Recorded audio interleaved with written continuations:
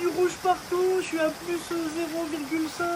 Et alors, on s'en fout. Tu l'entends pas la disto, arrête de regarder tes putains de vumètres, écoute ce qui se passe. Vaste sujet que celui de la distorsion. J'entends souvent des gens qui disent ouah mais comment on fait pour faire un master clean et en même temps qui sonne fort? T'es obligé d'avoir de la distorsion, c'est pas bien. Pourquoi c'est pas bien en fait? Ce qu'il faut comprendre les gars, c'est que la disto, ça sert principalement à épaissir, à gonfler le son. Donc c'est un peu quelque chose qu'on a tendance à rechercher. Et en fait, dans tout ce que vous écoutez, il y a toujours de la disto. La question c'est comment est-ce qu'elle est placée dans le mix. Ce que je veux dire par là, c'est que, et là j'ai un exemple très très parlant, il peut y avoir des éléments qui sont très saturés, mais dans l'ensemble, ça ne s'entendra pas. Et c'est ça en fait le gros débat, c'est que tout le monde se plaint parce que on voit des indicateurs qui nous disent oulala attention, il y a de la distorsion, c'est pas bien. Mais en fait, encore une fois, hein, je vais répéter ce que je dis tout le temps, si on n'entend pas ça, on fait que le voir. Et si on l'entend pas, on s'en fout, on fait de la musique. La musique, ça s'entend, ça se voit pas. J'ai une petite session ici, j'ai enlevé les voix. J'ai mis ce plugin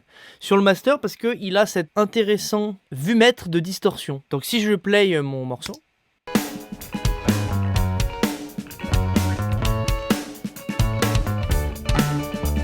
Là on voit, oulala, il y a de la distorsion, oulala, c'est la catastrophe. Alors qu'en fait, quand on écoute, on n'entend pas de problème. Je dis pas qu'il n'y a pas de distorsion, je dis qu'on n'entend pas de problème. Et je vais aller encore plus loin, si je prends cette guitare clean là, je la mets en solo.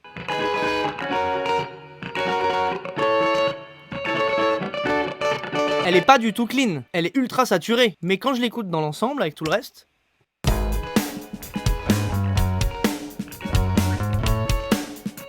Cette disto, elle apparaît beaucoup moins flagrante. Et en fait, ça passe juste plutôt bien. En fait, j'ai fait mon mix, et puis je me suis rendu compte ensuite, en mettant cette guitare en solo, que, bah, effectivement, ça saturait pas mal. Mais en fait, je m'en étais pas rendu compte avant, parce que, dans l'ensemble, ça sonnait bien. Donc arrêtez de vous prendre la tête avec des graphiques, avec des choses que vous voyez. Utilisez vos oreilles. Si ça sonne bien, on s'en fout que ça soit dans le rouge partout.